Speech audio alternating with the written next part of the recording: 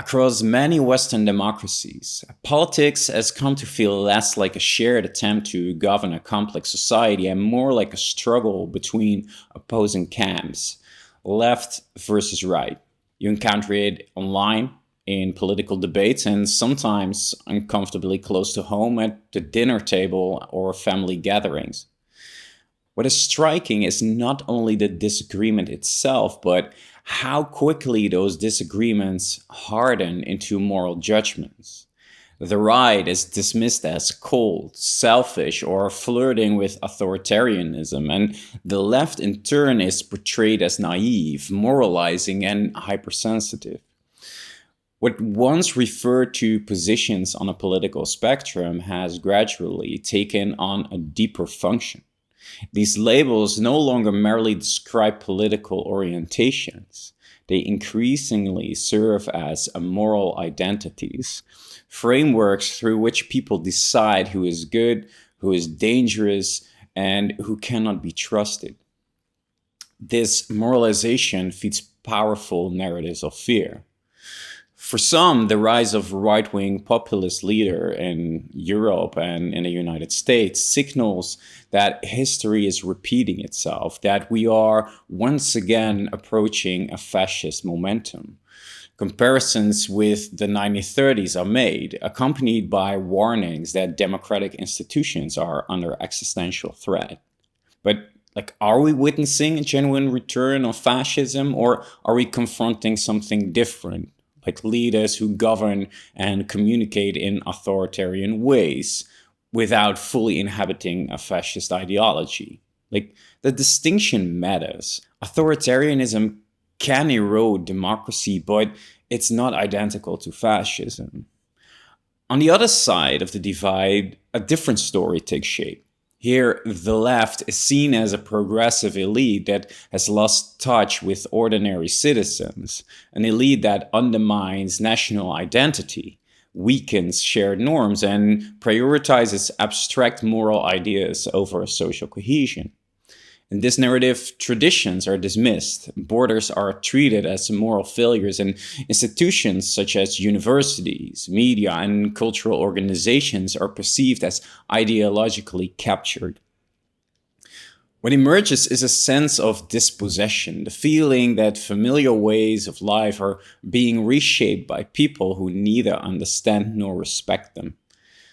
Within this polarized landscape, between that left and that right, between that conservative and that progressive, the same caricatures repeat themselves with consistency. The left appears as a coalition of virtue-signaling idealists who see injustice everywhere, regulate relentlessly, and redistribute wealth without regard for responsibility or effort. The right, in turn, is reduced to a collection of ruthless individualists, indifferent to inequality, suspicious of everything that even smells of inclusion, and drawn to authoritarian politics. These images circulate easily. They are effective, and they are, in an important sense, unreal. What is lost in these stories is the recognition that the other side consists of people rather than symbols. People whose political positions are rarely as coherent or extreme as the labels suggest. Once the other is no longer encountered as a fellow citizen with a different perspective, but as a threat embodying everything one fears to lose, genuine dialogue becomes almost impossible. At that point, political disagreement ceases to be a conversation between humans and turns into a drama populated by abstractions. And as long as we remain caught in that drama, we struggle not only to understand one another, but even to clearly articulate the problems we face together, let alone imagine shared solutions. Most people, after all, do not experience themselves as purely left or right. They hold conflicting values, shift positions depending on context, and feel increasingly alienated from a political language that flattens their beliefs into simplistic categories. Behind every political stance lies a human concern. Often, the concern becomes understandable the moment we pause long enough to look beneath the position itself.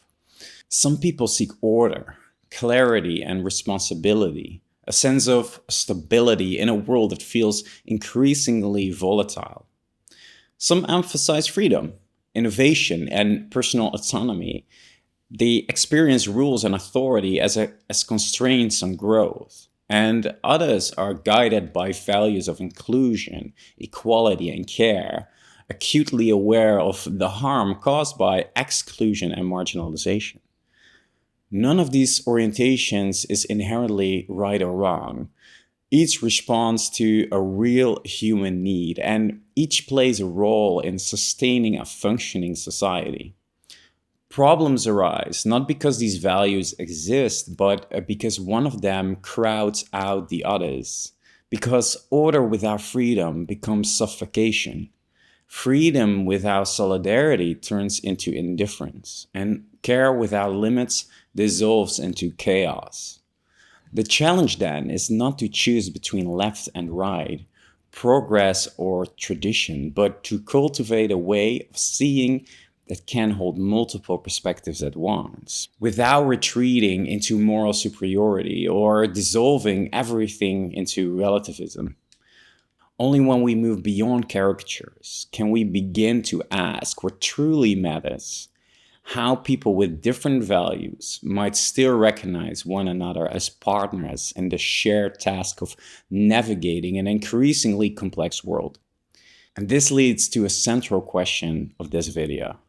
How can we move beyond left and right thinking so that people with different political values can once again understand one another and work together on the problems they share? So when we speak about the left and the right, we usually do so as if we are referring to two internally coherent political worlds. Each seems to possess a stable moral core and recognizable worldview and a predictable set of positions. The apparent clarity of these labels is deceptive, though. Like, they do not merely describe political differences, they actively shape how political reality appears to us. The more interesting question then is not what left and right mean, but why the human mind so readily experiences them as vast opposing entities, almost as if they were natural kinds rather than historically contingent labels. So the terms left and right, they originate from the French Revolution.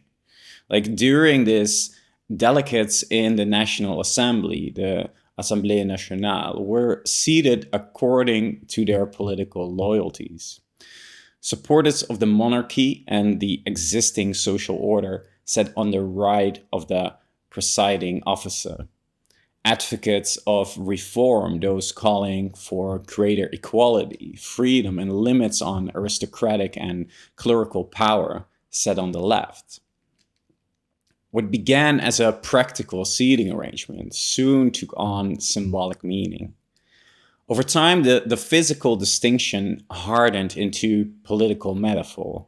Right came to be associated with tradition, order, religion, and authority. Left became linked to change, equality, secularism, and individual rights.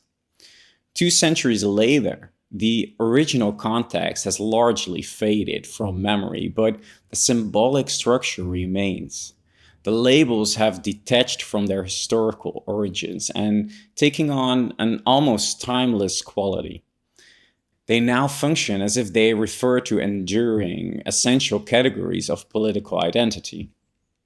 The durability of the left and right framework tells us less about political reality itself and more about the cognitive architecture through which humans process reality. Psychological and neuroscientific research suggests that the human mind is constantly managing an overload of information. Faced with complexity, it relies on simplifications, patterns, and shortcuts that make the world intelligible. Binary distinctions are particularly effective. Two categories offer clarity without overwhelming the system or the mind. They reduce ambiguity and provide a sense of orientation. A political landscape filled with overlapping positions, internal contradictions, and shifting alliances is far more demanding to process than one divided by two opposing camps. From this perspective, left and right functions less as mirrors of political reality and more as tools for navigating it. There is also an evolutionary dimension to this tendency. In early human societies, the ability to quickly distinguish between friend and foe could be a matter of survival. Our cognitive systems still carry traces of that urgency.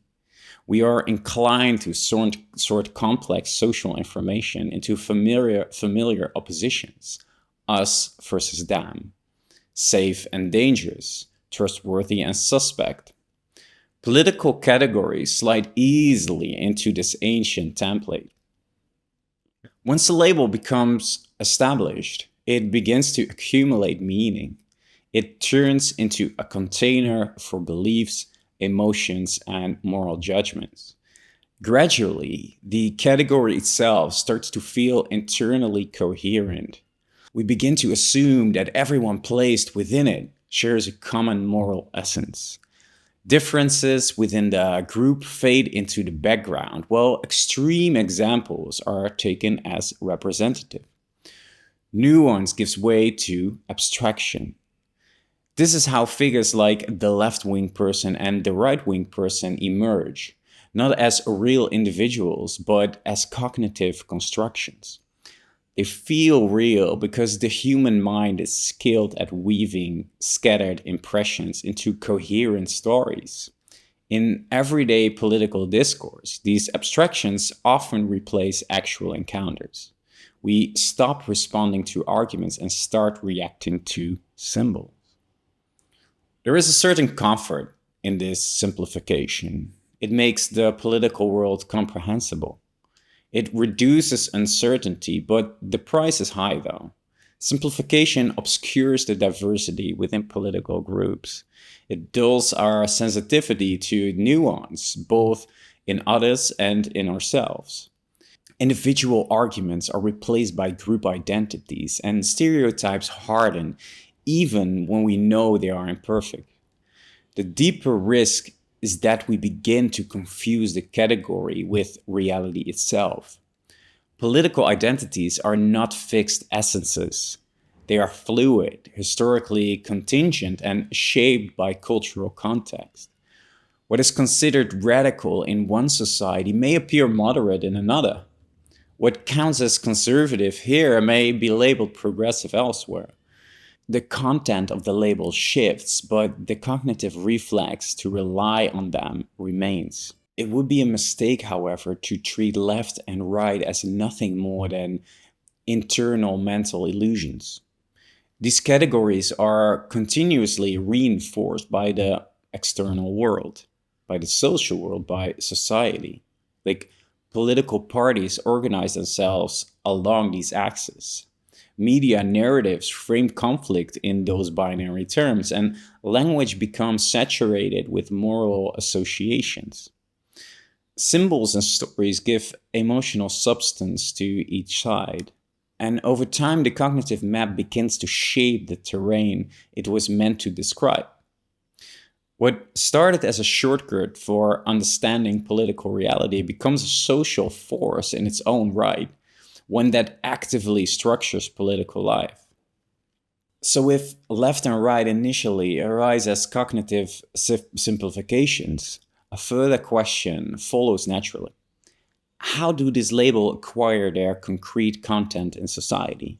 Which values, metaphors, and narratives become attached to them? And why does that content vary so dramatically across cultures, historical periods, and political context? Well, now we need to move beyond cognition alone and examine the social processes through which political meaning is produced, stabilized, and contested. So, what do we see in practice at a collective level? We speak of the left and the right as if they were two clearly defined opposing blocks, as if people who identify as left or right share a single coherent vision of economics, migration, climate, education, or identity. These are the monoliths we have been circling around. Yet in reality, this image is difficult to sustain. Left and right do not exist as fixed groups carved in some external objective reality. They exist as umbrella terms for millions of people, each with their own history, experiences, convictions, and ways of making sense of the world. Two people who both call themselves left wing can disagree on nearly every concrete political issue. The same is true for those who identify as right wing. What binds them is rarely a single internally consistent ideology, but rather a shared orientation, a certain style of thinking, sensitivity to particular values, a way of interpreting social reality. From a sociological perspective, categories like left and right are a form of social construction. There are ways of ordering the world, not because that order exists objectively, but because it helps us manage complexity. These categories are not a priori. They do not exist as stable entities before we name or recognize them. Instead, they are continuously produced and reproduced through political parties that position themselves along these axes, media that frames debates in left and right terms, language that activates particular values and associations, and cultural narratives that make the distinction feel natural and self-evident. When we label somebody as left or right, we are rarely describing the full richness of their beliefs. We are placing them within a symbolic grid that society collectively maintains. The label simplifies a reality that is far more complex, and yet people do identify with these categories. Not because they share identical positions, but because categories offer a symbolic recognition. They create a sense of belonging, a narrative in which one's concerns, values, and intuitions feel acknowledged. Those who emphasize freedom, responsibility, and self reliance often recognize themselves in right leaning narratives. Those who prioritize equality, empathy, and inclusion more readily identify with progressive ones. In both cases, the attachment is less about the precise ideological program and more about a shared way of seeing and feeling. What emerges are cultural meeting places, spaces where individuals with diverse views gather under the same banner. There is, however, a danger embedded in this process, because once a category has been named, we tend to treat it as if it truly exists, as a monolithic group with fixed properties. The left and the right begin to feel like concrete entities, as through everyone within them thinks and feels the same way. Within sociology, they refer to this process as reification, treating abstract concepts, social relations, or symbolic constructs as if they were concrete, independent things, unchanging and detached from human creation. In other words, we mistake a mental or cultural construct for an objective reality. And once this happens, stereotypes harden, extreme cases are taken as representative for the whole, and the category turns into an identity rather than a tool for understanding political behavior. And this is where the work of the linguist and philosopher George Lakoff becomes particularly illuminating. In his book, Woman, Fire, and Dangerous Things, Lakoff introduces the concept of idealized cognitive models. And according to him, we do not understand categories through strict definitions. We understand them through mental models. internal representations of how the world works. And these models shape which features we consider important, which examples we perceive as typical, and which metaphors and emotions a label activates. Our minds do not operate within objective categories, but with idealized models shaped by experience, culture, and language. Like a sparrow feels more like a bird than a penguin, even though biologically they are equally birds. And the same mechanism applies to politics. For one person, left evokes images of solidarity, empathy, and social progress. But for another, it suggests paternalism, political correctness, or naivete. Right may conjure responsibility, tradition, and order, or rigidity, coldness, and exclusion. In each case, it is not the label itself that determines meaning, but the individual's idealized cognitive model. And these cognitive models are not a definition or a single concept. It is a broader mental structure, an internal schema that shapes how we perceive the world, how we assign meaning, how we form categories, and which examples we experience as typical or marginal. So these cognitive models do not arise through rational deliberation or objective reasoning. They emerge through lived experience. Meaning is built not primarily through abstract rules, but through engagement with the world. And George Lakoff suggests that our ideas grow from four main sources. So the first source is bodily experience, what Lakoff calls embodiment. Long before language or abstract thought, we encounter the world through our bodies. Think of gravity, balance, warmth and cold, movement, touch, or breathing. We understand up before we know the word for it. We grasp balance physically before we understand emotional balance metaphorically. The body becomes the first database from which our mental models emerge. Even emotions are learned this way. Like no one understands anger by reading a definition. We understand it by feeling it. That bodily experience forms an internal model of what anger is. The second source is culture, the social patterns, roles, and value systems into which we are born. Every person enters a symbolic order that feels natural long before it feels constructed. What words like family, work, freedom, or respect evoke differs across cultures and even within cultures. Like in some societies, mother primarily symbolizes warmth and care. In others, however, authority or honor or duty. Such cultural patterns embed themselves deeply in our cognitive models. Because they feel self evident, they are rarely questioned. The third source is language, especially metaphor. For Lakoff, language does not merely describe reality, it structures how reality appears to us. We think in metaphors without noticing it. We speak of spending time, investing in a relationship, or wasting energy, as if time and energy were forms of money. The metaphor, time is money, quietly organizes how we think about productivity, efficiency, and even resting. Such metaphors shape entire domains of thought and become integral to our cognitive models.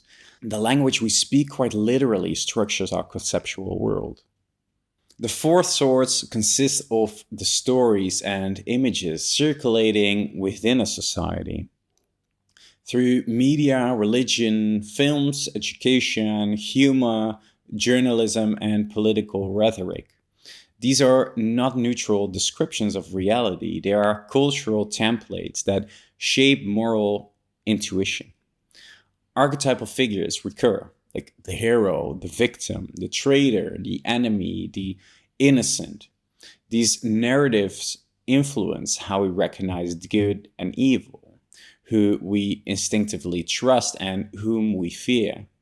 Like in politics, these templates take ideological forms, like we speak effortlessly about like the hardworking taxpayer, the oppressed minority, the progressive elite, the extremist Muslim, ordinary people, or the moralizing activist.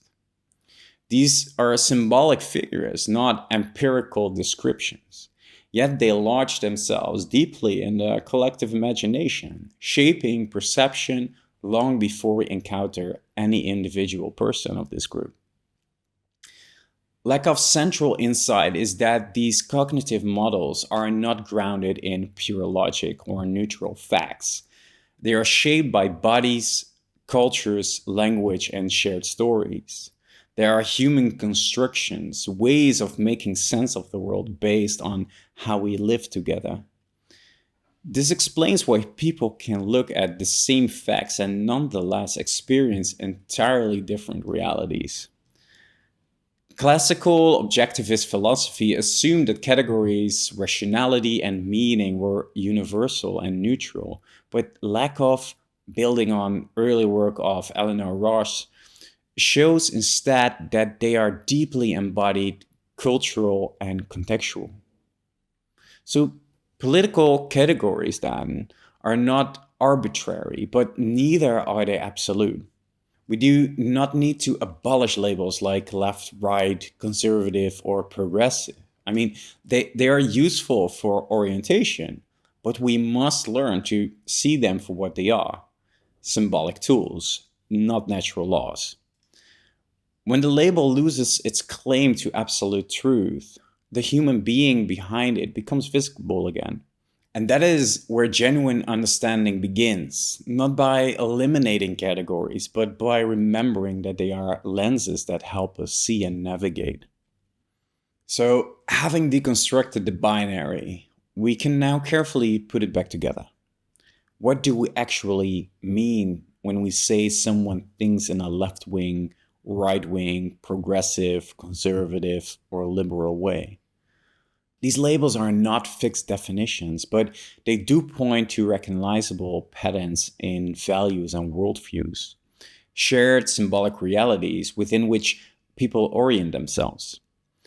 When we try to understand these patterns in their most generous forms, we can begin to see the human concerns beneath them, rather than demonizing whatever clashes with our own values. So before I start, I want to mention that, like in the public debate, left is often equated with progressive and right with conservative. And politically speaking, these are two distinct axes, or like multiple distinct axes. Left right originally refers to the economic question, such as questions about inequality or redistribution of wealth, while the progressive conservative axe concerns attitudes toward cultural change. Um, these dimensions overlap often, like in practice, because parties or media and group identities have fused them together, but analytically they remain separate axes. Like one can be, for example, economically right-winged and culturally progressive, or the other way around, like economically left-leaning and culturally conservative. In the next part, I will use progressive and conservative though, because it points towards like a deeper human orientation towards change, like one oriented towards innovation and growth, and the other one towards continuity and stability. And they describe ways of relating to the world and not just voting behavior. So let's begin with what is often called the right, or like the conservative. And in its essence, this isn't about the party color. It's a stance towards the world, a way of meeting life that tends to emphasize continuity, order, and responsibility. The conservative mind carries an intuitive sense that life is fragile, that societies survive only if people remember where they came from.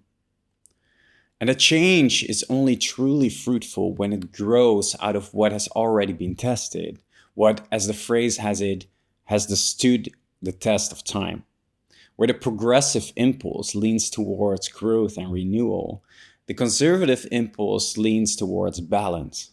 Not necessarily because change is frightening, but because what already exists can be precious. For the conservative mind, the question returns, what do we lose if we change this? So, from an evolutionary and psychological perspective, the posture is not hard to understand, though. Like, people with a more conservative orientation tend, on average, to be more sensitive to threat and uncertainty. That can sound like a weakness, but in a more honest light, it's a survival strategy. In hostile or unpredictable environments, caution keeps you alive. Imagine a prehistoric group living in a region where predators roam. Those who wandered off too quickly, who tried new paths without precautions, faced higher odds of not coming back. Those who were more wary, who relied on tradition, clear rules, rituals, were more likely to survive. In that sense, the conservative mind is an old defensive intelligence. It guards the boundaries within which safety can emerge. Some neurological studies suggest that more conservative individuals show, on average, stronger activation in the brain regions involved in threat detection, such as the amygdala. While more progressive individuals show more activity in regions linked to exploration and cognitive flexibility. The difference isn't absolute and it shouldn't be treated that way, but it does hint at a deeper temperamental divergence. One person feels steadier in order and predictability, and another in novelty and complexity. The conservative orientation or the conservative mind also leans on what you might call the wisdom embedded in tradition. Norms, customs, institutions, these aren't arbitrary. They are the product of long social and cultural evolution. Even when we don't fully understand them, they often contain a kind of functional logic. Traditions hold societies together. They protect against chaos. They tell people what is expected of them. They create a shared grammar for living.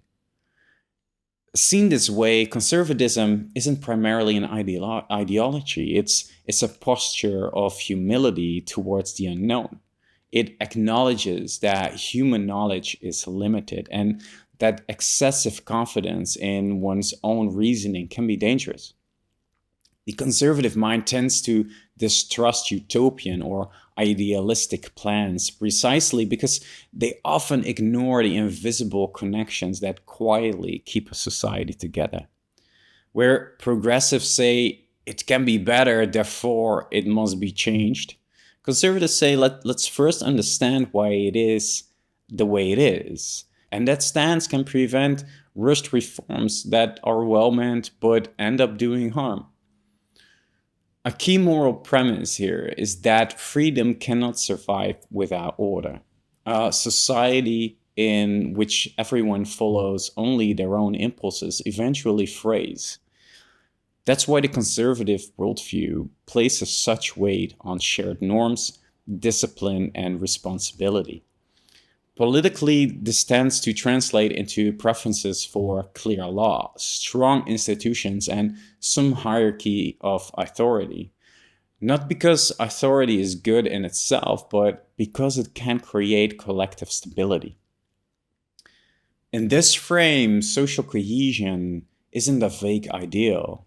It's a precondition for safety, a felt sense of order, belonging, and moral anchoring. People need structures they can orient themselves within, like family, religion, neighborhood, tradition. In a world that keeps changing, those structures can feel like a handrail on a steep staircase. The conservative mind also is aware of human fallibility. Concepts like sin, duty, responsibility point to the same basic insight. Human beings are not limitless. Desire cannot always lead. We have obligations. we must account for others. Sometimes what we owe outweighs what we want. Where progressives can sometimes lean toward human malleability, conservatives tend to believe that human nature is partly stable, partly unchangeable. Morality in this view is not something we invent anew each generation. It is something we hand down each generation. This is one reason the nature versus nurture debate keeps resurfacing in politics. Conservatives often locate causes more in innate dispositions, while progressives more readily look to upbringing and social conditions. From this angle, change is not a virtue by default. It is a risk that must be weighted. The conservative mind warns against a very human temptation towards hubris, the belief that we know better than our ancestors, or that we can redesign a complex system from within without paying the cost of unforeseen consequences. That doesn't make the conservative outlook gloomy. It can be read as realism. Civilization is fragile, a thin layer of order stretched over something deeper and more chaotic. Which is why the conservative tends to cherish what works, even when it isn't perfect. But of course, the conservative orientation isn't perfect. A devotion to stability can slide into stagnation or into defending structures that no longer serve the present or that quietly sustain injustice. What has worked is not always what is fair. Some traditions endure precisely because they protect power, and a strong need for order can harden into exclusion. Distrust what is unfamiliar can curdle into moral rejection. In pluralistic societies, this becomes especially unproductive when people focus mainly on naming threats rather than imagining solutions that could allow different groups to coexist and even collaborate. You can see this in debates about migration and national identity. Many conservatives are sincerely attached to what they experience as the core of their culture, language, customs, and everyday ways of living together. That attachment can provide grounding in a fast moving world, but the desire for continuity can also tip into a defensive stance. The belief that national identity must be protected against everything different. When the impulse shifts from care to fear, when the message becomes something like, we must keep the country ours, preservation turns into exclusion of newcomers and those outside the dominant norm. A similar tension shows up around religious diversity. Opposition to visible religious differences like mosques, headscarves, unfamiliar rituals is often framed as a defense of our values. Yet behind that argument, there can sit an anxiety that other worldviews might unravel a moral fabric that once felt secure. Curiosity about coexistence gives way to the reflex of keeping the unfamiliar at a distance. And something comparable appears around sexual orientation and gender diversity. Appeals to tradition can collide with a society that increasingly wants to make room for more ways of living and loving. Natural order or classic family values, like the nuclear family, can sound like moral boundary keeping, yet in practice, it can become a denial of other people's legitimacy. What these examples share is that a single dynamic, preservation, can tighten into construction. What begins as care for what is valuable can, when fear takes over, become rejection of the other. The challenge for the conservative mind is to tell the difference between preservation grounded in wisdom and preservation driven by fear. The first protects what matters, the second suffocates the capacity to learn and to change what has become dysfunctional. And yet it matters deeply that we recognize what the conservative mind contributes. It is an essential counterweight to the impulse toward unrestrained change. Without this voice, societies would shed their strongest foundations too quickly. Tradition, order, responsibility are not quaint relics. They are the fabric in which freedom can actually exist. If we understand the conservative stance as a form of collective vigilance, not regression, but an awareness of human limitation, then it becomes clear why this orientation is indispensable. It reminds us that progress is not the same thing as novelty, and preservation is not the same thing as stagnation. Sometimes real progress lies in protecting what already works. The conservative guards the ground on which growth can happen. Without roots, no wings. Now the progressive orientation, where the conservative tries to protect what exists, the progressive looks towards what might still be possible. It trusts that human beings can grow, that societies can evolve, and that empathy is central to building more just systems. Where the conservative voice warns against the unknown, the progressive voice asks, what if the unknown is the next step? Progressives also tend, on average, to be less sensitive to threat and uncertainty. The progressive mind trusts the capacity for learning, like moral learning, emotional learning, but also collective learning. It doesn't treat history as a script to repeat, but as something we can build upon. Every era has blind spots, after all, and progress is learning gradually to see them. Psychologically, the progressive orientation is tied to higher openness to experience. People with this disposition tend to be more comfortable with novelty, ambiguity, and change. Where a conservative mind detects danger more quickly, the progressive mind more readily detects opportunity. And this too has evolutionary roots. In times of relative safety and abundance, it becomes adaptive to explore, experiment, and learn. And the person who saw not only risk but potential expanded the group's territory, found new resources, and discovered new forms of cooperation. In that sense, the progressive mind embodies exploratory energy, the sense that the future can offer something better than the past. And that openness also shapes cognitive and moral style. Progressive thinkers often feel at home with nuance, paradox, and complexity, forms of truth you can only tolerate when survival is no longer the sole concern.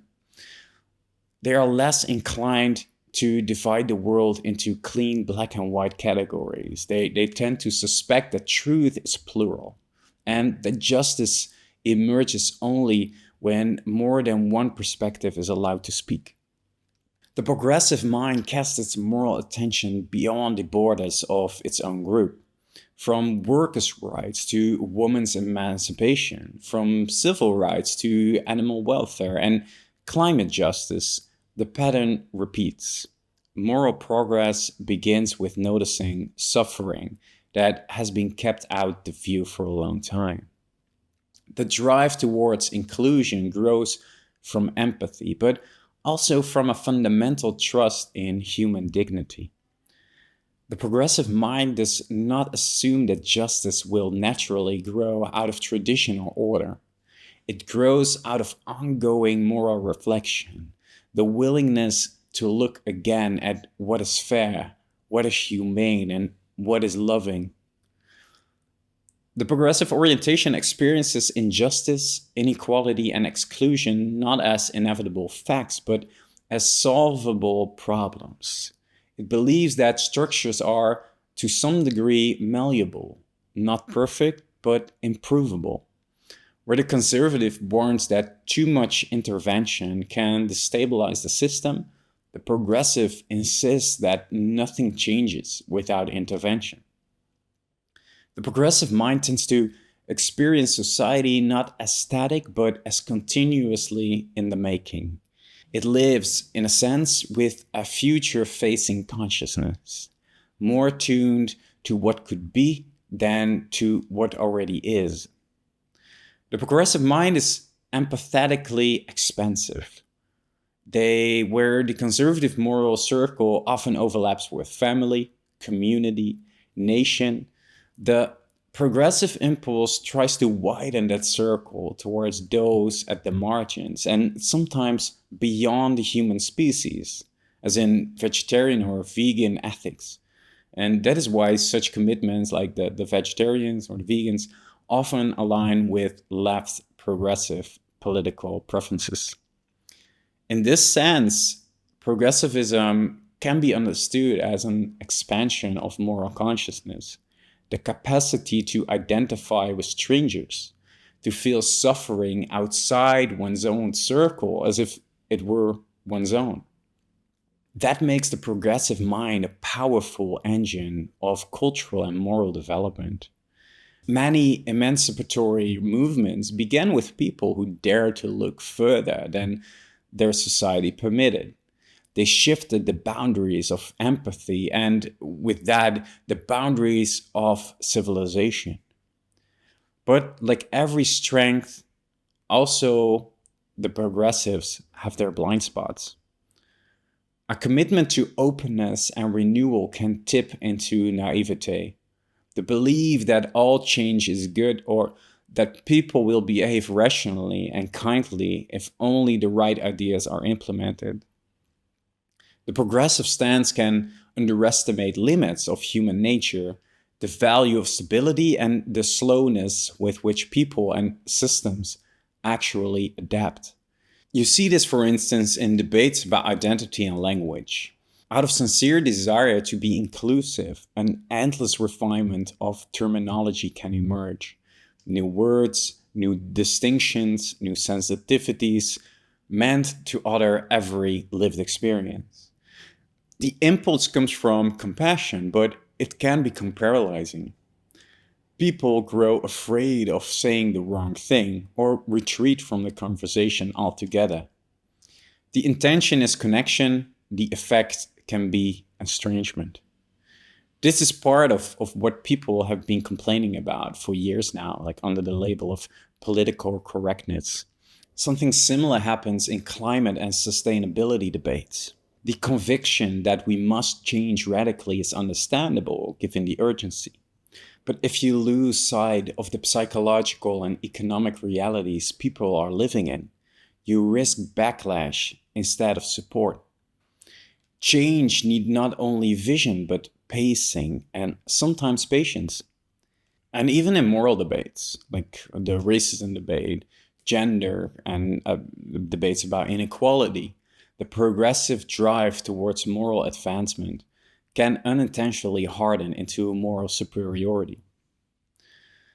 If you see yourself as being on the right side of history, you may start reducing others to ignorance or being dumb. A pursuit of justice can then become a subtle form of exclusion, no longer based on race, sexuality, or religion, but on moral purity. The challenge for the progressive is to bind idealism to realism, to keep believing in what is possible without losing sight of human complexity, to acknowledge shadow, limitation, and tragedy, and integrate them into the vision. Where the conservative seeks stability, the progressive longs for renewal, and both are necessary. Without the progressive impulse, societies remain stuck in old dysfunctional patterns, and without the conservative counterforce, change becomes too fast, too loose, and in the end, too destructive. The progressive orientation reminds us that the human being is not a finished creature, but a becoming one capable of learning, empathy, and self transcendence. Its essence is hope, the hope that we can become better than we were, and that through understanding and compassion, we can build a society that not only survives, but grows more human over time. So when we place conservative and progressive orientations side by side like this, it becomes clear that at bottom we are not dealing with two enemy camps. We're dealing with two human tendencies that long predate contemporary party politics: the need for stability and the drive towards renewal. One wants to protect what works, the other opens space for what could work better. At their most healthy and honest, these orientations aren't caricatures. They are complementary perspectives on the same human question. How do we keep a society livable, just, and meaningful? And that's just precisely why it feels so unfair when we reduce these orientations to left and right as if they were two uniform blocks. What we've seen in this section is that these labels are crude umbrella terms for a much richer spectrum of values and sensitivities. They don't describe neatly bounded groups. They describe shifting clusters of people who recognize themselves in certain emphasis: more weight on responsibility and order, or more weight on equality and inclusion. In practice, the lines cross constantly. From a certain perspective, we could say that the left and right are maps we place over a landscape so we can navigate. They are symbolic constructs that help organize political space, but they never fully coincide with the lived reality of individual lives. They are created and sustained through parties, media, language, and recurring stories, and they become anchored in our cognitive models. That is why they feel real, as if two clear blocks exist, two clear monoliths, while they remain in the end simplifications. And that isn't necessarily a problem as long as we remember they are tools. It becomes a problem the moment we treat the tools as absolute truths, when conservative or progressive stops being an orientation and becomes a moral stamp, when the label matters more than the human behind it. But if these categories are constructed and fluid and plural, why do we experience them so viscerally? Why does criticism of my side so quickly feel like an attack on me? Why do conservative and progressives so often become enemies in public debate, even though at their best they're each other's necessary counterparts? To understand that, we have to go one layer deeper into psychological mechanisms through which differences in worldview turn into demonization. When we meet someone with a radically different worldview, something usually happens that goes deeper than a disagreement about ideas. The conversation suddenly stops feeling like an exchange of perspectives and starts feeling like something that touches us personally. In the background, a simple but powerful mechanism is running. Our mind is constantly scanning for what is safe and what is threatening. And this isn't only about physical safety, it's also about social and existential safety. Do I belong? Do I still have a place here? And can my worldview survive contact with this? From an evolutionary standpoint, this makes a bleak kind of sense. Our ancestors survived by staying loyal to their tribe. Those who deviated too far risked being pushed out, and exclusion meant less protection, less food, and fewer chances of survival. Social rejection wasn't merely painful, it was dangerous. And that reflex still lives in us. When our deepest convictions are challenged, our system reacts as if we ourselves and our place in the group are on the line. You feel tension, your heart rate rises, your brain floods with adrenaline, your body prepares for defense. The other person is no longer simply someone with a different angle. Psychologically, they start to feel like someone touching your right to exist. And in that moment, it becomes very tempting to stop describing the other worldview as different and start describing it as dangerous and to treat the other person as the carrier of that danger, as someone who must be morally disarmed. If we want to understand why political differences can feel so existential, it helps to look beneath conservative and progressive politics towards the moral structures under them. So, George Lakoff, the cognitive scientist that I spoke about earlier regarding two idealized cognitive models, explores this in his book Moral Politics. His focus is the United States, where he describes conservatives versus liberals, but the pattern he describes are broadly recognizable across many Western democracies. Lakoff argues that we don't only understand politics through ideology, we understand it through deep, often unconscious family metaphors. Our first experience of order, care, responsibility, and authority don't come from political theory books. They come from the households we grew up in. Those relational patterns, they become the lenses through which we interpret society and the state. In other words, we read politics through the moral family model our minds learned first. Lakoff says it's way more complex than this, but he distinguishes in two of those models, functioning as cognitive and emotional blueprints beneath conservative and progressive intuitions. And the first model is the strict father model. Here, a healthy society resembles a family in which a parent, traditionally the father, sets clear rules, enforces discipline, and prepares children for a dangerous world. The moral assumptions look roughly like this.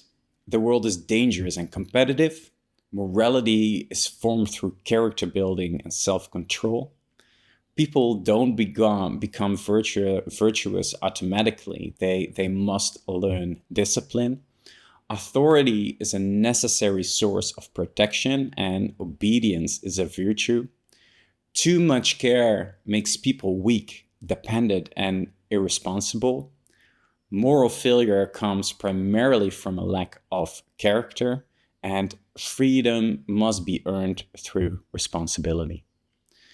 If this is the foundation of your moral thinking, conservative politics doesn't feel like a bundle of ideological preferences. It feels like a common sense. Borders, discipline, hierarchy, self-reliance, tradition, these are not arbitrary tastes, they are moral pillars. It also helps explain why many conservatives experience progressive as soft or naive. Care without discipline, in their view, makes a society vulnerable, and that vulnerability is merely impractical. It also helps explain why many conservatives experience progressives as soft and naive. Care without discipline, in their view, makes a society vulnerable. And that vulnerability isn't merely impractical, it's immoral. Within this model, being strict is understood as a form of love and responsibility. The second model is the Nurturant Parent model, which explains a large part of the progressive moral intuition.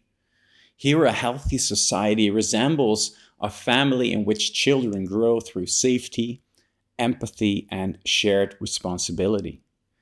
The moral assumption looks a little bit like this. The world contains danger, but also potential. People develop morality not primarily through punishment, but through reflection, support, and connection. Authority is legitimate only when it is caring, fair, and inclusive. Helping others is not weakness, but moral responsibility, because circumstances strongly shape opportunity. Moral failure often comes from unjust systems, not only from individual flaws, and freedom grows out of safety, belonging, and equality. From within this framework, progressive politics doesn't feel naive either. It feels obvious. Inclusion, social care, redistribution, human rights, protection of the vulnerable, these become logical expressions of deeper moral intuitions. It also explains why progressives so often experience conservatives as harsh or authoritarian. Discipline without empathy can feel within this model like neglect or like the moralization of power. Because these two moral framework arrange values differently, because they rank moral priorities differently. The other side can easily look hypocritical from the outside. What is internally coherent within one model can appear almost cynically contradictory within the other. Take the US abortion debate. Many conservatives oppose abortion because they regard the life of an unborn child as sacred, pro life. At the same time, they often resist expanding public health care, even though the United States has a relatively high infant mortality rate. To progressives, this can look like pure hypocrisy. Like, how can you save fetuses while opposing policies that would improve the lives of children once they are actually born? But within the strict father model, this isn't contradictory. Abortion touches a sacred moral boundary. You do not end innocent life. Healthcare, though, belongs to a different moral domain: responsibility, self reliance, and being against an overly powerful state. You don't help people by increasing dependence on government because that undermines character development. Within that model, opposing abortion and opposing expanded healthcare can feel completely coherent. On the other side, conservatives often experience progressives as hypocritical too. They see progressives fighting for healthcare, education, equal opportunity, children's well being, while also defending abortion. How can you stand up for children while making the killing of children possible? Within the nurturant parent model, however, abortion isn't framed as killing children. It's framed as autonomy, bodily integrity, and the protection of women's health and dignity. A fetus does not have the same moral status as the mother. Abortion belongs to the category of rights and well being, not to the category of violating sacred life. Making abortion accessible prevents women from being pushed into coercion, poverty, or danger. Again, internally consistent. Or take family values. Progressives struggle to understand how some can claim to center the family while resisting public investment in childcare or parental leave. But within the strict father model, the family is precisely something that must remain autonomous. Government support can feel like an intrusion, like paternalism. You protect the family by not making it independent on the state. Internally, that too can be coherent.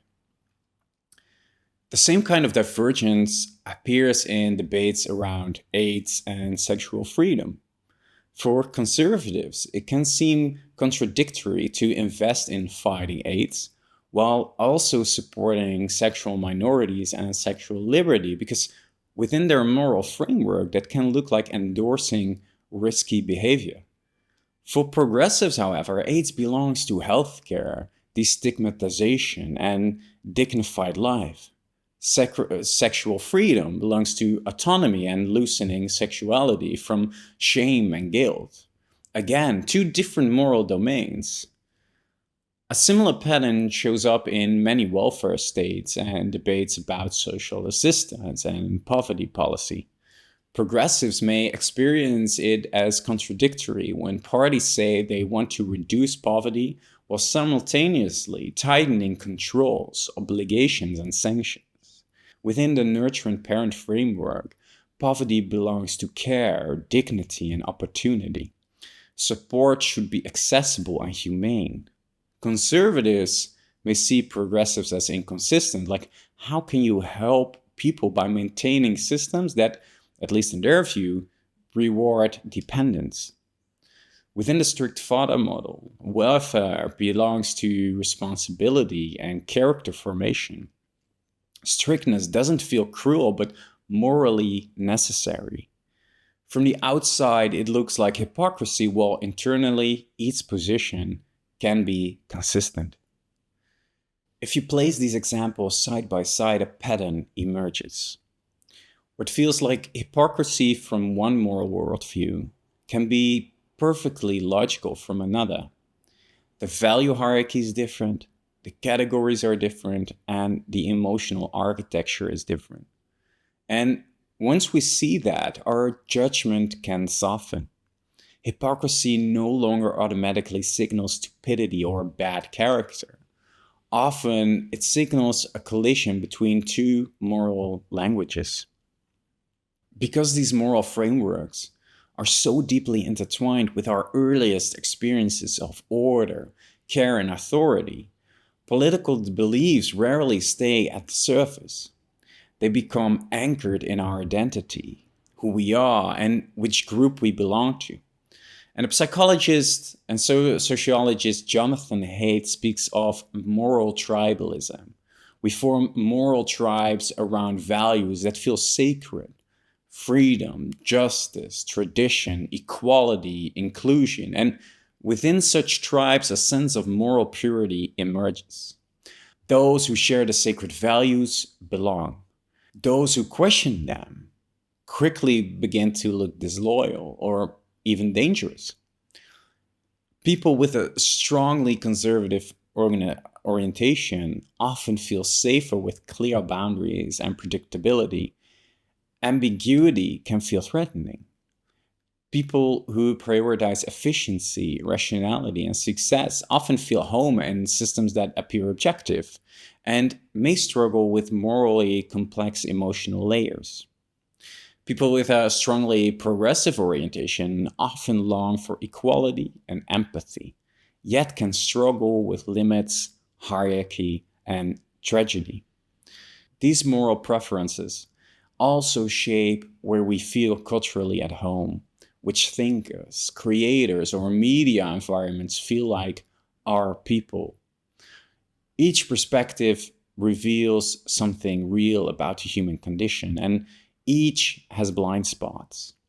And often it is precisely in those blind spots that demonization takes root.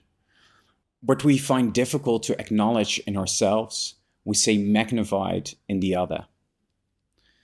Psychologically, demonization is often a form of projection. The impulses we struggle to recognize in ourselves, the desire for power, the need for control, hunger for recognition, the capacity for hardness, or conversely, the tendency to avoid conflict, get pushed outward. The other becomes the carrier of what we do not want to see. A conservative may see in a progressive the threat of chaos, norm erosion, or moral relativism, touching an inner fear of losing control or status. A progressive may see in a conservative the threat of cruelty and exclusion, touching an inner difficulty with setting boundaries or engaging conflict. Demonization, then, is not only social. It can be a strategy for regulating inner insecurity. What I cannot hold in myself, I must fight outside myself. The other becomes the symbol of my own shadow. Demonization also has an attractive side. It offers the comfort of clarity and in a complex world. If the other side is the problem, I don't have to doubt myself. I don't have to doubt my ideas, and reality becomes legible. We are good, they are bad. And that feels morally satisfying because it provides direction, identity, and meaning. And we see this in stories and films. We slip easily into narratives with clear heroes and clear villains. And in an era of information overload, where truth feels slippery and reality itself can seem unstable, the craving for simplification and simplifying stories intensifies. Social media amplifies this. Every time we're outraged, we receive affirmation, likes, agreements, and recognition. Moral outrage becomes part of the self. I exist because I am against something, and against becomes an anchor. On the progressive side, identity can form about resisting what is experienced as oppression, patriarchal structures, capitalism, the fossil industry, and colonial legacies. A moral self image, aware, empathetic, woke, gains weight by opposing what is seen as injustice. On the conservative side, something similar happens in reverse. Identity forms around defending tradition, national pride, common sense, against what is experienced as moral relativism, cultural erosion, gender ideology, a liberal elite, or globalism. Here, too, dignity is forged through resistance to a threatening other. In both cases, the world narrows. We see mostly what we oppose and less the human being behind those ideas. If we put these layers together, the evolutionary threat reflects the deep moral family models, the different value hierarchies, the tendency toward projection. It becomes clearer why conservatives and progressives can collide so violently. Their conflicts are rarely about bare facts. They are about what a good person is and what a good society should be. They don't simply argue differently, they often think in different metaphors. When progressives speak about care, equality, and inclusion, conservatives may hear, "You're making people dependent and undermining responsibility." When conservatives speak about borders, tradition, and order, progressives may hear, "You're excluding people and legitimizing inequality." The debate derails not necessarily because people are evil or stupid, but because they are speaking different moral languages. Seeing this dynamic is a first step towards real compassion, not in the sense of excusing everything, but in the sense of understanding what the other person is trying to protect. And when we recognize that our judgment often arises from fear, from the need for control, or from projection, a different kind of space opens up. We don't have to stop judging. I mean, we can't. We're human, and judgment is part of being human. But we can learn to notice the moment when judging starts to take over. The other becomes less an enemy and more a mirror. And we begin to see that beliefs that feel alien or threatening often arise from the same human needs as our own: the need for certainty, safety, meaning, and dignity. So we've mostly been looking at what happens inside us when we can no longer tolerate the other. Fear, projection, identity protection. But those inner dynamics don't yet explain why polarization today grows so quickly, flares so fiercely, and escalates so easily. For that, we must zoom out a little bit because we don't live in a vacuum. Our emotions, beliefs, and reflexes are always moving inside structures that amplify them, expand them, and sometimes even provoke them. The way our society is organized, from media to politics to digital infrastructure, forms a system that catches our psychological vulnerabilities and throws them back at us. Polarization, then, isn't only a psychological phenomena, it is also a structural, almost predictable product of those systems. Systems that reward speed over depth, conflict over nuance, and outrage over understanding. Systems that reproduce themselves and pull our behavior along with them. So before we can look at how polarization operates at a societal level, we first need to clarify what we mean when we speak about a system that sustains itself. Because for many people, a system sounds like an abstract, airy-fairy thing, but it's actually very concrete. A system is not only about what you see happening, but how different parts like the media, people, institutions, and incentives shape each other. System thinking asks you to step back and see patterns that are larger than any single intention. It asks you to notice how outcomes can emerge even when no one explicitly chooses them. Donella Meadows, like one of the pioneers of the modern system thinking and the author of Thinking in Systems, puts it really clearly. She says, a system is not a collection of things, but a web of relations. And it's within these relations that recurring patterns form, what she calls feedback loops. Some feedback loops reinforce behavior. For example, a social media post gets a lot of likes, so it's shown more in people's feeds, which brings it more likes. Other feedback loops counteract behavior. The more cars try to use the road at the same time, the slower traffic becomes, which naturally reduces the influx of new cars. Once you start seeing what a system is, you begin to notice them everywhere. Also, a friend group is a system. Like, no one single person determines the mood. It emerges from dynamics: who initiates, who mediates, who withdraws, who escalates, and who soothes. Your body is a system too. Hormones, nerves, and emotions continuously affect each other, producing moods and behaviors without you consciously deciding them.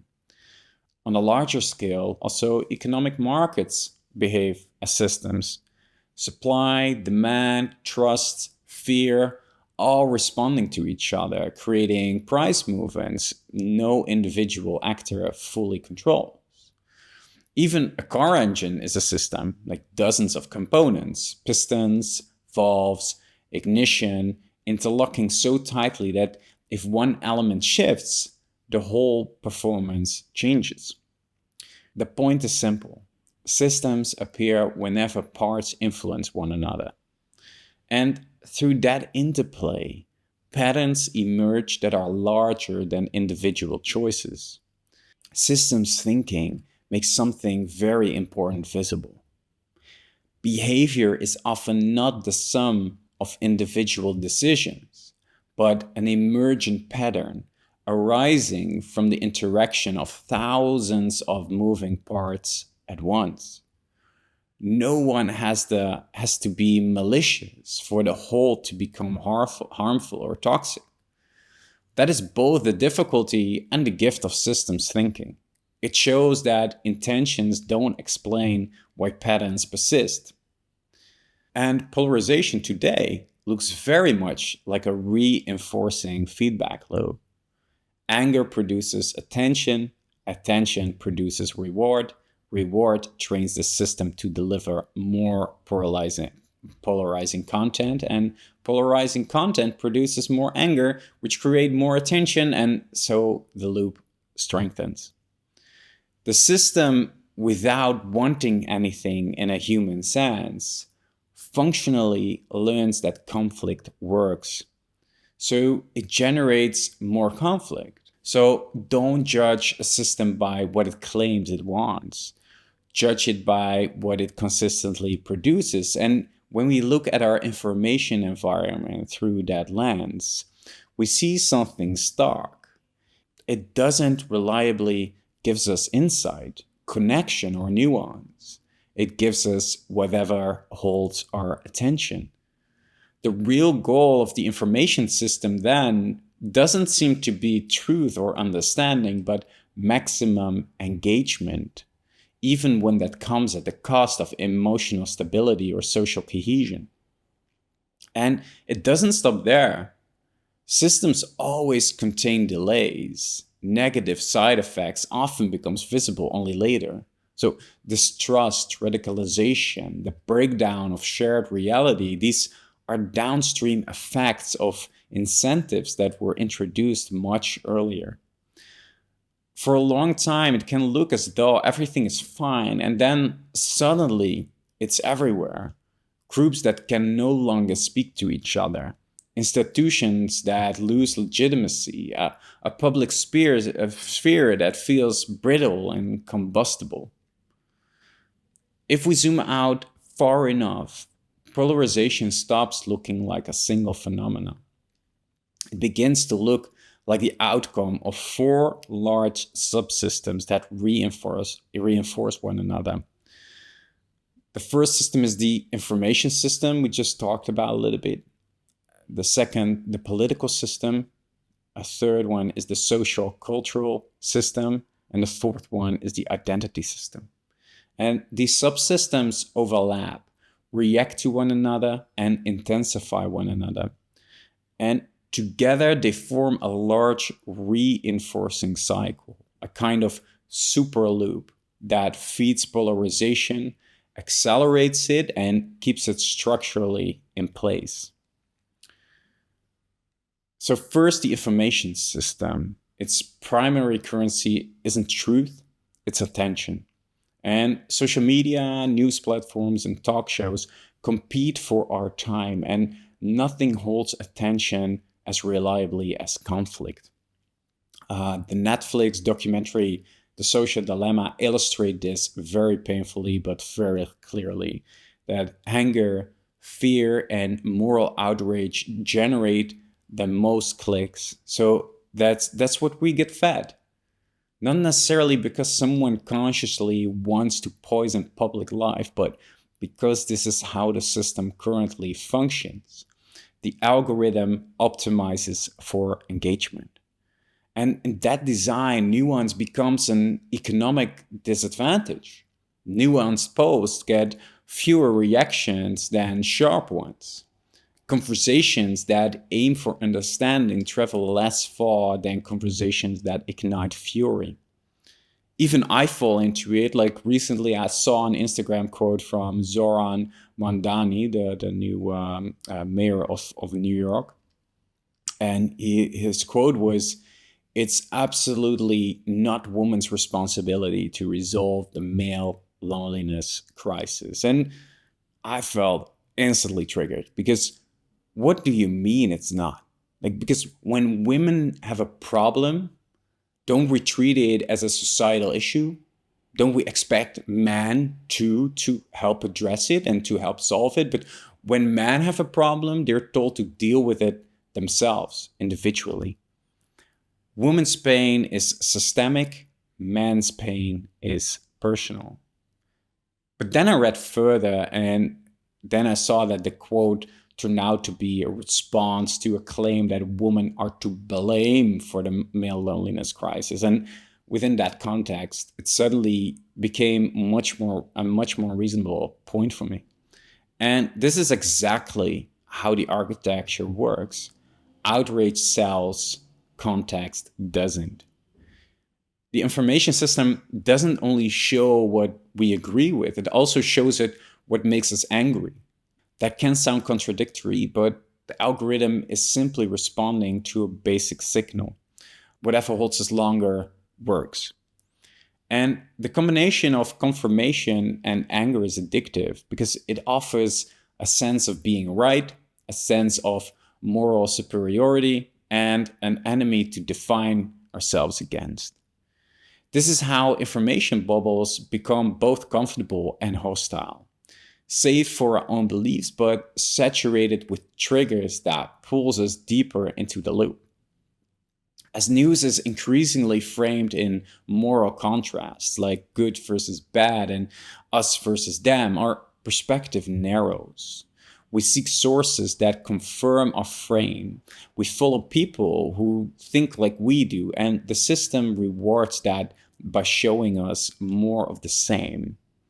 The result isn't merely disagreement, it is the emergence of alternative realities.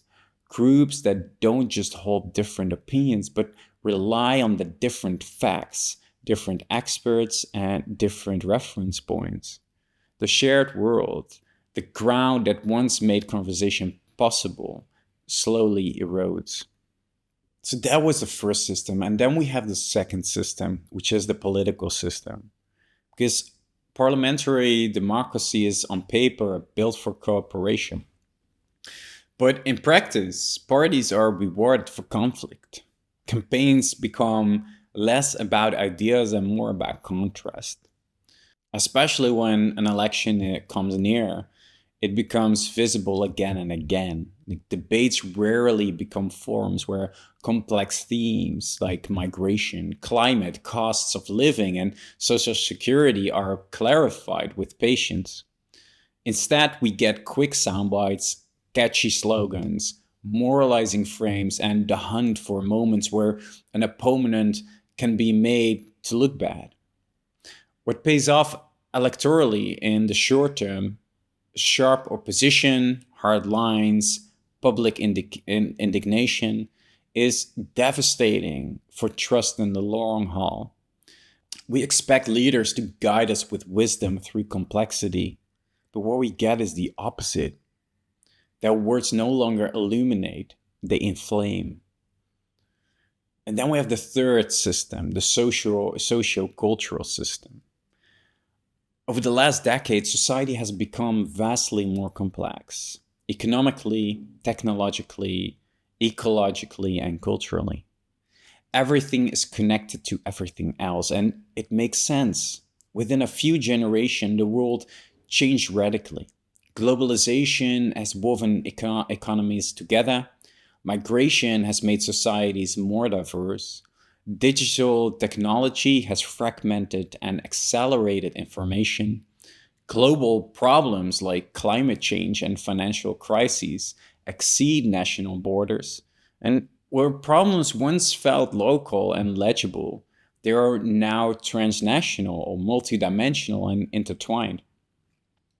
But our public discourse has become faster and flatter. We started demanding that politicians reduce complex questions to a single soundbite and that media explain within seconds what would actually require hours of attention, reflection, and care. The speed of the information culture crowds out the capacity for genuine understanding. Doubt, once a sign of intelligence, now reads as a weakness. The constant stream produces a kind of complexity fatigue, a sense that the world has become too intricate to hold in mind. And that fatigue makes us receptive to simple stories and moral black and white images, precisely the kind of narratives that polarization feeds on. And here, exactly at the point where the world becomes too complex to metabolize, another reflex emerges: the hunger for identity. As older sources of grounding, like religion, community, and tradition, lose their grip for many people, the need for direction and belonging doesn't disappear. It migrates. It looks for a new home. And for many, it shifts into the political domain. Political convictions become not just opinions, but markers for who we are. And identity often works through opposition. You define your group by distinguishing it from another. We know who we are by knowing who we are not. And this is how identity becomes a cultural and psychological mechanism that fuels polarization. Not because individuals consciously want division, but because the system of our time offers a kind of grounding through contrast.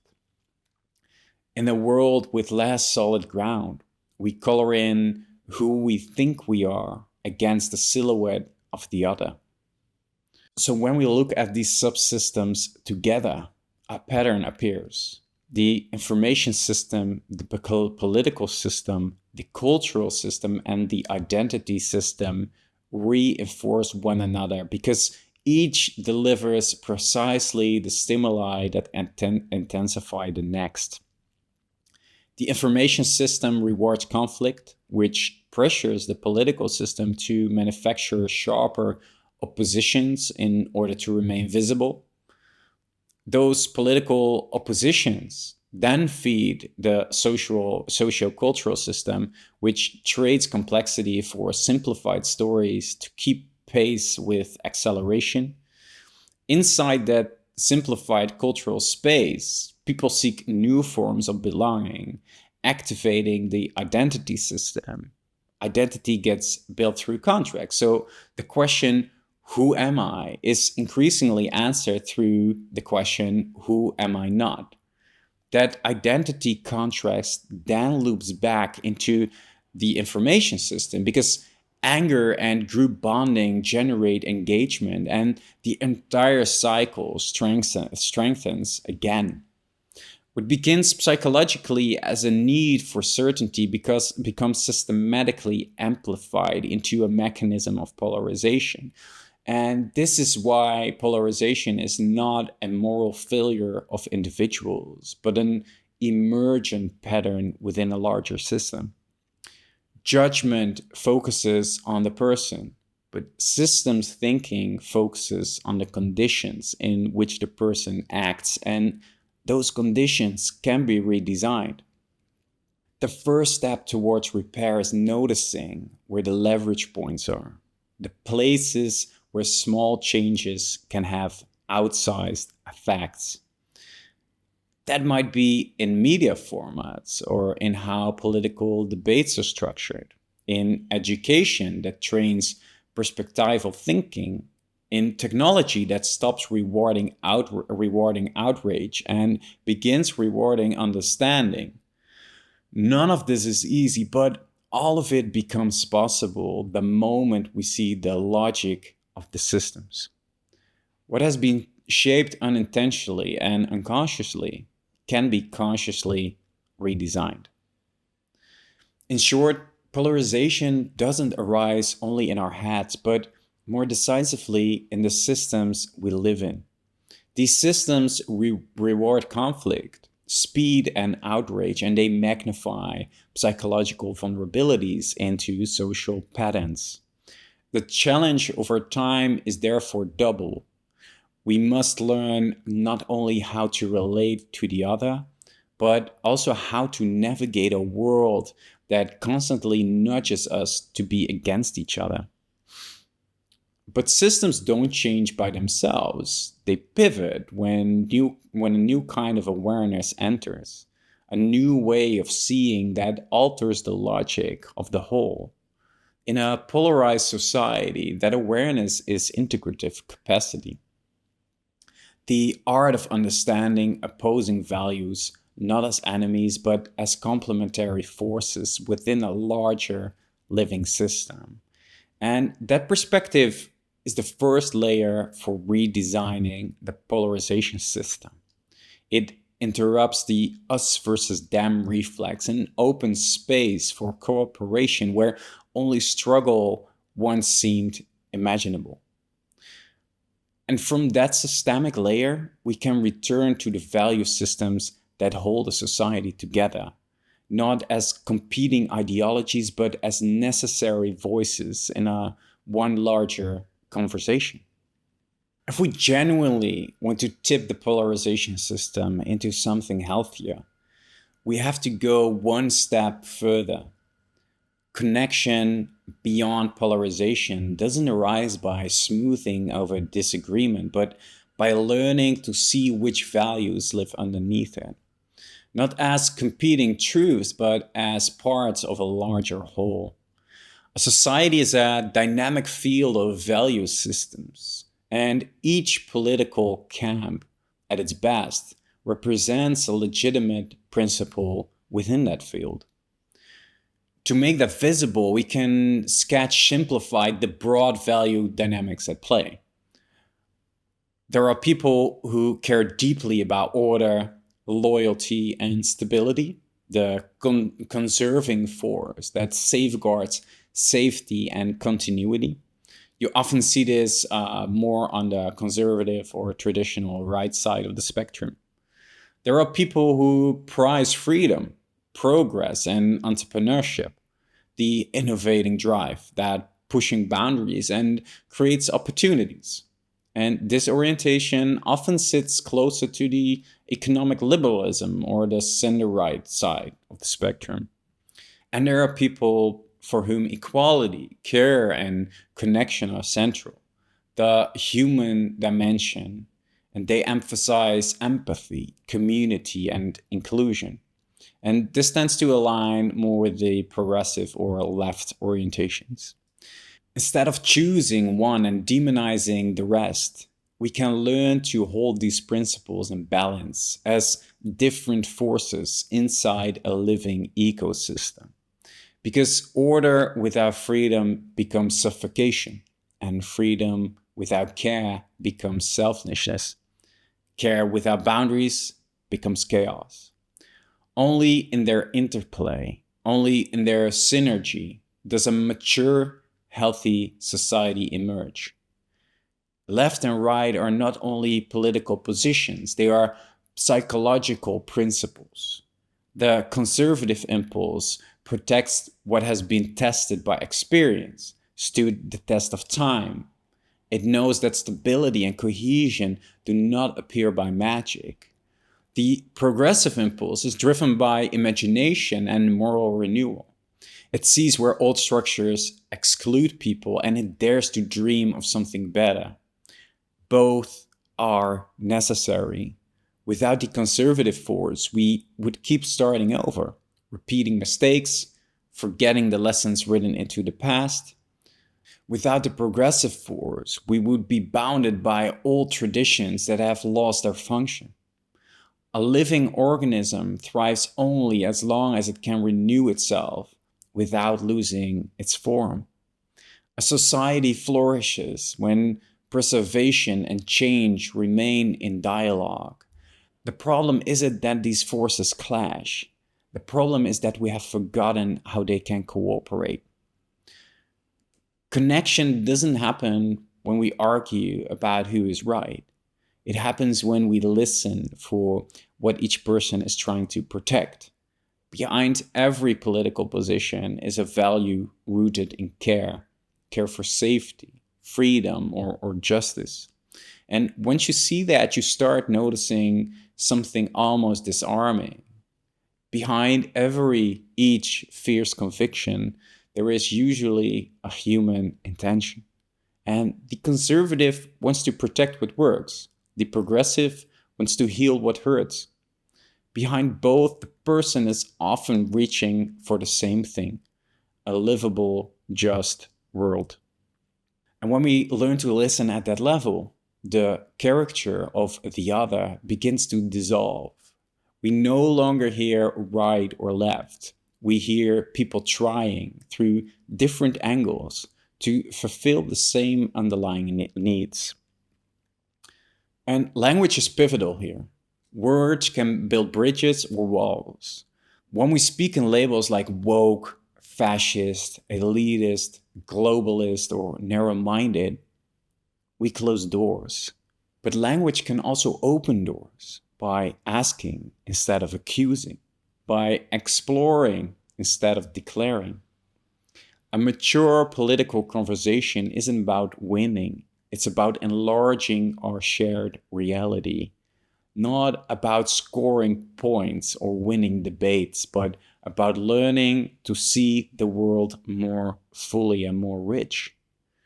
This can sound lofty, but there's an old philosophical intuition thought of by Hegel here, that reality unfolds through a dialogue between opposites, a thesis and an antithesis, out of which something new can emerge, a synthesis. Not a bland compromise, but a third form that includes what each side was trying to protect. A mature society isn't one without conflict. It's one that can carry conflict without breaking. A society in which difference, even the difference between progressive and conservative values, is not treated as a threat, but as a source of wisdom. From that perspective, a different way of seeing politics becomes possible, not through camps, but through the recognition that each value is trying to protect something real. And that demands something of all of us, citizens, politicians, media, thinkers, a new kind of awareness. That progress is only possible on a stable foundation, and that stability only stays alive when it makes room for renewal. So we don't have to pick a camp, we have to develop a larger perspective, one that can hold multiple values without merging our identity with just one of them. That is maturity beyond polarization, not the middle or the center as compromise, but the middle as a space of consciousness where many perspectives can coexist.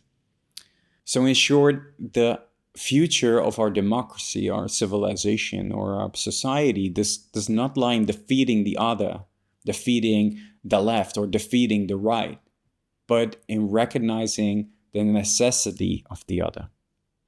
Progressives and conservatives, left and right, are not enemies. They are each other's counterweight, like inhaling and exhaling. The art is not choosing one, the art is learning how to breathe. So, what if we stopped being trapped inside the left-right frame? What if we moved toward a culture in which order, freedom, and equality no longer fight each other, but form a living balance, where order provides stability, freedom creates space for growth, and equality preserves human dignity? In such a society, difference wouldn't be treated as danger, but as necessary diversity of perspective. We wouldn't keep debating who is right. We would investigate together what still lies in the shadow of our understanding. We would stop speaking in catchy slogans that exclude entire realities and start speaking in stories that deepen our sense of the world and enrich our collective imagination. We would listen, not in order to respond, but to understand what the other is trying to protect. That doesn't require an utopian ideal, it requires an inner shift from certainty to curiosity, from judgment to inquiry, from needing to be right to learning together. A mature democracy is not a system without conflict. It is a culture that understands tension as part of growth, one where we no longer need the other as an enemy, but recognize them as a co-carrier of another truth. Perhaps the real progress of humanity doesn't lie in better arguments, but in deeper and wider consciousness. The ability to hold multiple perspectives without having to collapse into a single one. And only then does politics stop being a battlefield between the woke left and the fascist right and becomes what it could have been all along. A space where a society learns to understand itself and learns how to grow. All right, this was it. If you're still here, thank you so much for listening. Let me know what you think in the comments. Like, subscribe if you're listening on Spotify, 5 stars, follow, and see you next time.